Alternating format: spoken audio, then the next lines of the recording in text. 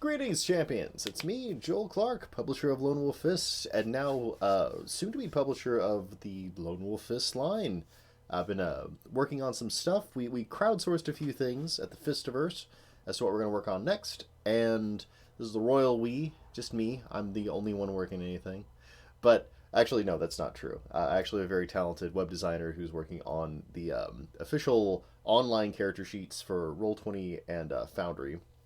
And I actually roped in Brendan Davis and got a few of his connections to help me. Um, Someone who actually works directly for Foundry gave me a really nice template for how to make character sheets for them. And so I handed that off to my web designer guy, who is a very talented fellow. Zach's his name. And he's been beavering away on that and our actual website so we can start getting a little more centralized and organized here, which is really nice. But along with those, I also put in as part of that option the GM screen, and you're looking at it right now. You're actually seeing the entirety of the effects charts right here. Like, look at this. Tremendous, right? Yeah, I'm really, really happy with it, actually. This is a slightly truncated version of the effect chart, but all the 14 points are on there. And this is only one of the 3 panels on the screen. So you actually have that entire reference, one of the bulkiest, most difficult to reference parts of the book, in one panel of the screen. Like I said, there's 3 panels. This is the second one. And this is the stuff I really needed help with. I don't know what GMs generally need when they're running. And as Justin Alexander points out, there's a hierarchy of information that you need when running a game. Me, I made the game. Most of the information is in my head, and really I'm just getting the specific wording from the book. And I did the layout and everything, so I know more or less where it is. So reference is really easy for me in the book, and kind of intuitively understanding what the rules mean is easy for me. Again, I wrote them, but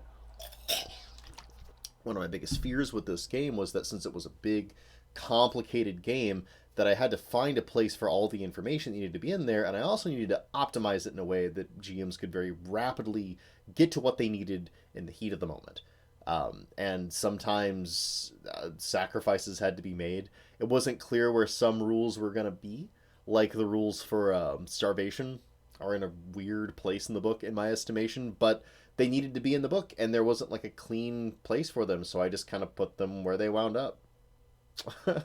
So yeah, and actually, I think that this isn't the first time this problem was encountered in game design, because I was rereading my copy of the first edition of Exalted, and it's almost exactly the same thing, where you have rules rules that like seem pretty integral to how you'd run the game, like in these awkward sections of the book where it's like, why would they put them there? And the simple fact is, like, you have a general idea of where things are going to go in a gaming book, and some things are just oddballs, and it's not clear what they group with. And sometimes when a piece of information is revealed to a reader is not clear. Like, I knew combat was going to be a really important part of this game, but rolling dice had to come before that. Should scenes have come before combat or after? I mean, arguably, they're less important in terms of, like, information that you need to know right away. You need to know how to fight. Same thing with character gen. A lot of people complain that I put character gen after the core rules. It's the opposite of the White Wolf style, where they do character gen first and then core rules afterwards. But now that it's out there in the wild and people are starting to read it, I think that that complaint's almost completely died out, because naturally you want to know what the system is doing first, and then you need to figure out how to make characters for it. Also, because making characters is more of a player-facing thing, putting that later on in the rules text communicates to the reader that the GM is reading the book. The person who this is for is the GM, and those rules references and that core understanding is necessary for a GM, the person who purchased it. Making characters isn't really strictly necessarily the first thing they want to know. That's what a player wants to know first, because a player's first interaction with the game is making a character. And when you look at the layout of Dungeons & Dragons books in the player's handbook, that's the way it happens. You get right into making a character with very little description of the actual mechanics of the rules, because those are in the Dungeon Master's Guide. Whenever White Wolf went to start making RPGs, they just aped the way that the player's handbook was put together, because that's what was interesting to them. That's what popped.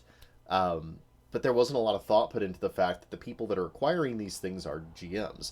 The GMs used to buy the player's handbook on behalf of the players, and they would read through it and then give it to the players to use as a reference manual. But the reason those were separated was because, in the Gygaxian logic, there were simply things that needed to be done on the GM side that weren't necessarily the domain of the players. And so a GM would also have the DMG, and there's very different language used in the original DMG and the original PHP.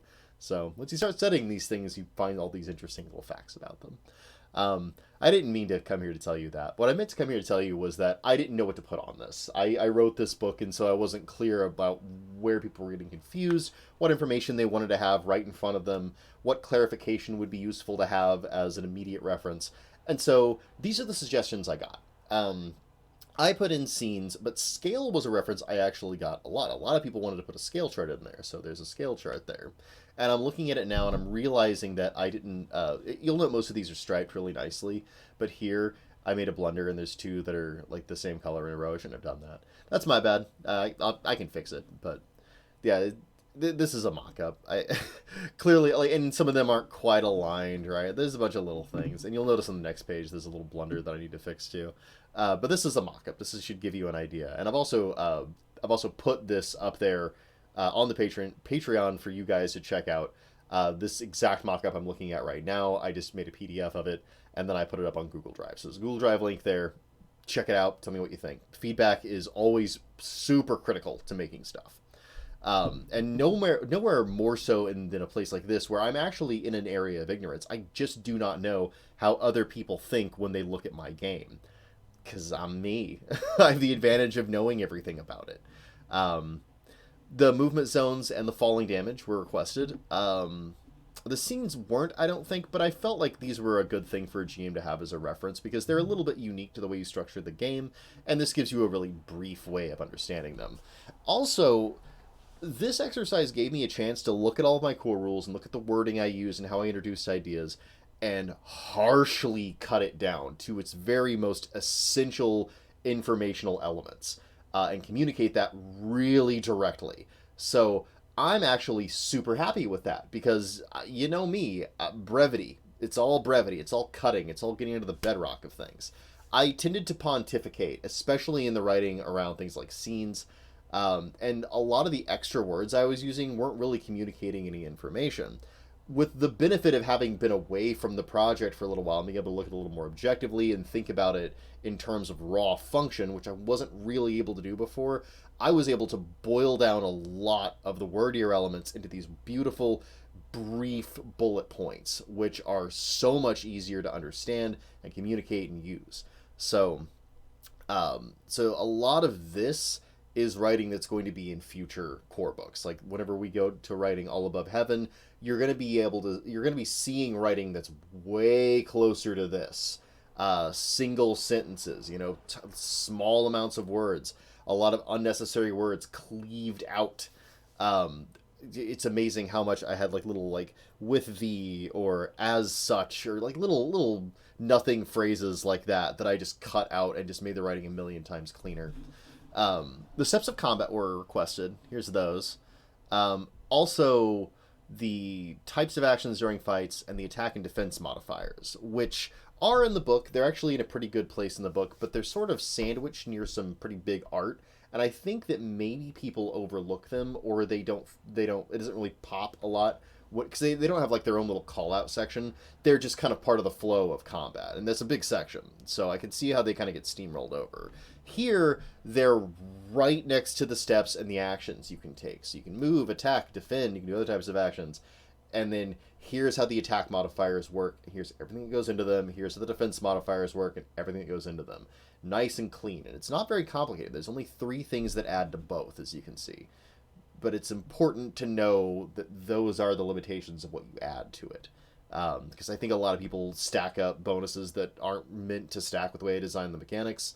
And again, that's on me. I could have made this a lot more clear if I'd had a little more experience in writing rules. And now that you're seeing it clearly, like, it really is simple stuff. It's just, you've always got to have a first big game, and this is mine. I've got all the stuff for weapons. I actually I took the core weapons: bare hands, staff, sword, spear, warhammer, bow and arrow or gun, chain, needle, and improvised. Like those are the core weapons, the same ones that were kind of like in Legends of the Woolen. I added a couple, but for the most part, they're the same weapons. And there's also another section on like advanced weapons, like machine guns and things like that. I actually clarified and cut down and rewrote all of those weapons too. They haven't made the cut for this one. I might put them back in once I crowdsource this a little. If people are like, "Yeah, I want to see the grenade rules." Um, I can. There's, as you can see, there's room on this thing. Like there's big gaps where I could put more info. If info doesn't go there, art's gonna go there. I want this to look really nice. I'm probably gonna add some texture to the background of this one. I'm gonna monkey with it so it looks nice. And of course, the actual art that's going in the front, which I'm probably just gonna use the Blood from God's Eye art. I really like the core book art a lot, but I feel like that image is getting to the point where it's getting played out and a little overused, so I want to diversify it a little bit. Plus, I feel like Kazuki needs a little more mainlining, since he's our major artist and he has some real talent.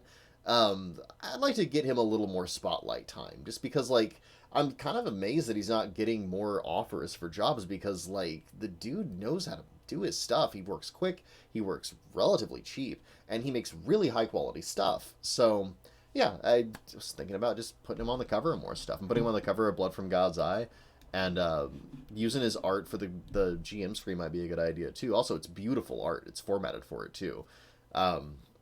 Yeah, those are the two bits of art that I have that really are formatted for a GM screen. Let me see. Recuperating was requested. I put that on there. And I put recuperating on there, and then later on in the imbalances section, I have how to heal from imbalances. So I have all the healing rules on here. Mass battles was requested, and as you can see here, we took a pretty chubby section with a lot of flab on it. Like a lot of those paragraphs are really dense, and there's a lot of individual ideas that are crammed in the same paragraph. And here, those are all pulled out and polished and cut down into this beautiful, slim little line here. So this is really, really nice. I'm really proud of this section. And this is every rule you need to know for using squads or platoons in your game. Very simple. The only thing that I don't think I really elaborate on here is what the stats of a general command HQ are. That was one of the drafts of this, and I was like, it's just a little bit too wordy, so I cut it out. Weapons and armor, like I said, are both here. Armor, I was really looking at the armor chart, and I actually really like the armor chart, and I was realizing that it scales really nicely in a previous video with how AC works in Dungeons & Dragons. And I was really pleased with that, because it means that you can kind of cross-pollinate from the world's most popular role-playing game with the largest amount of supplements and say, okay, well, I can just put that in Lone Wolf Fist, which, that's great. I love when that happens. I've got fighting vehicles here. I might not do ramming as its own big call-out box. I might just make that smaller text. It looks like, I don't know, like something closer to the way that Squads and Platoons looks here. I don't think it's as huge of a deal as just punching a vehicle. So that's what's on here, and all this stuff was requested. And then on the second page, here's some stuff I thought would be really useful. The advancement and Dharma charts, especially the Dharma charts, were requested, and I thought that they would be a really good idea too. Like I feel like these are no-brainers. I as a GM, whenever I run this game, I need the Dharma charts, and having them in front of me lets me communicate to players right away. Because the whole reason that you have all these things in the Dharma chart is to say, oh, well, here's an event I want them to interact with, and they're like, nah, we're going to do something else. You can always, this is to dangle the carrot in front of them. Like, oh, but if you do this, you could get some XP. All you got to do is perform a heroic deed. Players a lot of times will look at their own heroic deeds from their clan because they find them inspirational, and they'll go and try to do those. So you don't have to worry about that so much. But, like, little things like protecting a shrine, or overcoming a rival in a contest, or saving a mortal life, or fulfilling a heroic vow. One of these things, let me see. One of them was really, really small and interesting. Yeah, show proper respect to the Lone Wolf Fist. One on your first meeting or prior to battle. So it's almost a free point. It's just a point for role-playing out those little honorifics that you give even to hated rivals before you open up a can of whoop-ass. They're a really important part of the wuxia genre, and there's something I really wanted to preserve from it, And that was my nod to them. That was me saying, like, okay, look, if your players are hamming up that element where they're like, like challenging each other to formal, like challenging the NPCs to formal duels, so they're doing one-on-one things, which is also another one. Yeah, overcoming a rival in a contest. Um, but yeah, if you challenge them to actual duels, if you both bow beforehand, like little things like that, uh, I think that's neat. I think sparing their life is one too. They're saving lives. Let me see here. No, that's not sparing. Oh well. But I would say sparing their life would give you an XP too, probably. But yeah, so like just I really I think my favorite one is showing proper respect to another lone wolf fist. Um, so yeah, I feel like these, and this one especially, the advancement chart is super useful because this right here on the right hand side you're seeing. Okay, so if you need an NPC and you need them yesterday because the players have gone into a place you didn't think they were going to go, and there's like a third degree martial artist there, this tells you right away what kung fu of what tier they need to have. So if you know what clan they are, you can just say like, okay, this guy's a Shadow Viper, so I'm gonna make him a ninja, so he's got like the breast stealer kata, and he's got all the novice techniques and all the expert techniques of the Outer Darkness Venom style. Bam, I'm done. And you don't have to worry about too much more. The degree charts might be useful to put on here too. I might be able to cram them down here. They're pretty chunky charts, so I might be able to. If I'm able to do that, though, you'd have everything you need to have an NPC right there in front of your face, which I think is pretty rad. I've got how imbalances work and how techniques work together. How techniques work was one that surprised me. So I've just got as much of a breakdown as I think is necessary here that kind of gives you the general stuff. I did have a draft of this where I had all the keywords too, but that proved to be pretty unwieldy. So even though I could technically go back and do like I did here, where I just crammed in as many words as I could, I don't really want to do that. I feel like that makes this screen way too dense with information. And although that density is a requirement for the effect charts, here it's not quite as much of a requirement. The biggest one is imbalances. This is actually just the way imbalances work. This is like verbatim the text with a little bit of editing to reduce the word count and reduce the sentence size.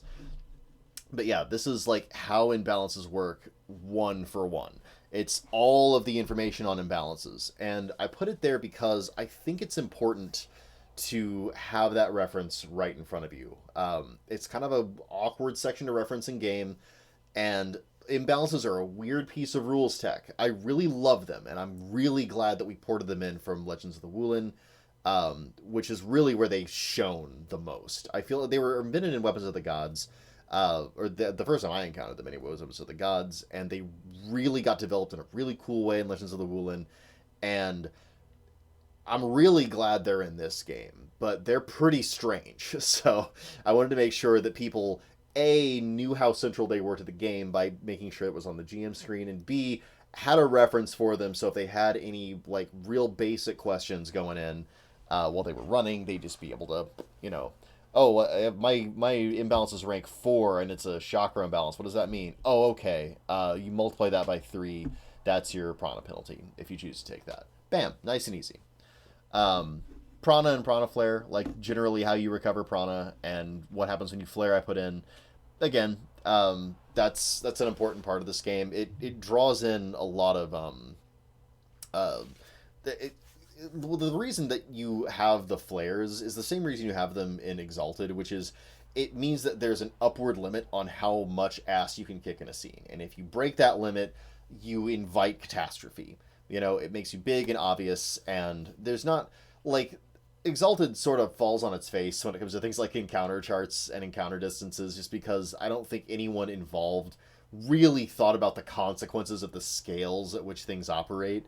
But the idea is a good one, where like you go kaboom, and like you got this like Goku energy anima coming out, and it's really bright and obvious, And for me, I just tied in fate with that, where it's like, okay, that kind of draws things to you on a metaphysical level because they're attracted to the potential for your heroism and they want to squash you. So if there's trouble to be had, it's going to find you whenever you do the Prana Flares. So again, it's an important part of the engine that makes this game work. So yeah, that's all the stuff I put on here. I also put the volatility chart. That one was requested, and I initially was gonna sleep on that, and now that I'm seeing it in there, I'm super stoked with where it is. It's right after Piranha Flare, which is exactly where it should be. And if you haven't established the volatility of a place beforehand, you can do so with this very, very easily. Also, if you don't have any encounter charts, well, that's why I have the lore section, because I don't care for. Like, I don't even really have amazingly rich rules for making encounter charts. I don't. So, master encounter lists. Every lore has it. There are 7 lores. Go nuts. You know, and it's not terribly difficult to put them in. You know, uh, but yeah, it's all the stuff you need when you're running a game, and you can tell with how I've put everything in here that and here's the other thing I was talking about where like this because I just ported this directly from the file that went into the PDF, and you can see like the lines are thicker on that one. I was like, ah, actually looks kind of cool. So I wanted to see them next to each other to see if I like the thin lines, the thick lines better. I haven't decided yet. The thick lines are pretty sexy. I might go with those. But in some places where things are really crammed in tightly, like here with the combat and the weapons, that might not fly. And really here is where I'm worried the most. Because, like, if these lines get much thicker, then, like, they're already kind of burgeoning past where I want them to in some places. So, you got to be careful with that. I might scoot these around and see how they fit a little better. Overall, I'm pretty happy with this layout. You can tell it's a little bit clunky still, but this again, this was a mock-up. This is a proof of concept, and I'm going to clean it up a little bit and put the front art on it. And what you're going to wind up seeing from this is it's going to be, I'm going to put it on Drive-Thru RPG as a really cheap downloadable PDF, like $2, something like that. And then a print on demand, and their offer the print on demand is really intriguing to me because they just print out the pages, but you put them in this like they're basically inserts, and you put them in this little plastic binder GM screen thing they sell. I really like the idea. It's a little do-it-yourself, which I think is in like it meshes really well with how we do things here at the Five Emperors. We have a real do-it-yourself attitude. But also, like, it means that, like, if you want to make your own GM screen, you'll have all the tools necessary. You can just put our art on the front of whatever cardboard you have, and then put these on the back. Eventually, I would like to get these really nicely cleaned up and get them on some actual, like, high-quality cardboard or something like that. I'll need to investigate some options for that, but in the short term, you're all going to get a copy of this. And I'll see if I can't give you discount codes for just ordering it online too. I don't know what the print on demand is going to look like for Drive-Thru RPG, so I don't want to make any promises I can't fulfill. My thinking is that price point wise, the PDF in this I'm going to sell for $2 to any schmoes who are unwise enough not to back us here and become a patron, as all wise people are. Because that's about the same cost of admission that they have, so I figure you guys should get it. And then for the print on demand, $3, maybe $4. They're gonna look really, really nice. So I don't think $4 is completely out of hand with it. I don't want to charge so much. People are like, I'll just print it on my home printer. Like, okay, you can do that, but obviously I want to sell the nice glossies that they sell. So, and I've really been pleased with the quality of their printing so far. Like, if you've actually got a hardback, and all of you should have at least a lot of coupons for getting one of these. But yeah, these are gorgeous. They're all slick and shiny and colorful. I can't gush about it enough. It's just really nice. Nothing's pixelated. It's all just so clean and crisp. Yeah, I'm really, really, really happy with their print on demand. So I don't know. I'll have to see what the margin looks like, but I mean, $3-4 somewhere in there. Anyway, let me get my OBS out here. Whee! That's fun. But yeah, I just wanted to come on and talk to you about this. Before I wrap up, don't let me forget that the next thing, since this is almost done, the next thing is demons and robots, robots and demons, new types of playable characters, new kung fu, new lores for Naraka, and some kind of Sovietish underground robot setting. Again, I don't want to ape the Exalted one too much, but Autothonia is a really cool setting. And I want to do my own little play on it, my own little version of that for this game. Obviously, it'll be my version, so it's not going to have the same kind of like I know I've actually been reading the Autothonia book for First Ed, and a lot of it's boring. He's like, oh, the sodalities and blah blah. Oh God, kill me, you know. So and a lot of it like bends over to the general aesthetic principles of Exalted, which are like faux anime. It's really and so like you have all these things where it's like okay, you're trying really hard to do steampunk, and there's some really good art in that book. By the way, if you haven't checked out the original Autothonia book for First Ed for Exalted, see if you can't dig it up, dudes. It's pretty righteous. Like the art alone sells it. But there are some things I really like about it. I really like that there's charts for things. Like you can tap different conduits in Autochthonia, and like different kinds of stuff can come out. That's nifty. I love those sort of things. I think it's a game mechanic I'm probably going to ruthlessly steal. Again, obviously, I'm not going to steal the specifics of that setting because, first of all, I want to respect it. It's one of the few things in Exalted that's almost unambiguously just great. So, I mean, I'm not just going to rob other people's stuff, but I find it really inspiring, and I like their kind of like quasi-Soviet communism vibe quite a lot, and I think there's room for that in my game. Um, anyway, so yeah, just to wrap up, that's the next thing I'm working on. I'm really excited to get to work on it. So this is coming down the pike soon, maybe this week. This is actually going to be a terrible week for me, so we're going to see. But this is the mock-up, and it's all yours, and you're going to get the high-quality final version as soon as I get that done. In the meantime, if you want to check this out and give any feedback either here, to my email, the Mushroom Press, or just go on the Fistiverse. You know, I listen to everybody on the Fistiverse, and all of your feedback is extremely useful. Feedback at this juncture with this would be super useful. I would really like that. Thank you. And if you stuck with me and listened to me just bloviate this long, I want to offer you my sincere thanks. I didn't plan for this to take this long. I just really have been enjoying talking about it. Anyway, toodaloo, hasta la vista, and I will see you once I've got some cool demons and robots to show off. Until then, champions, farewell.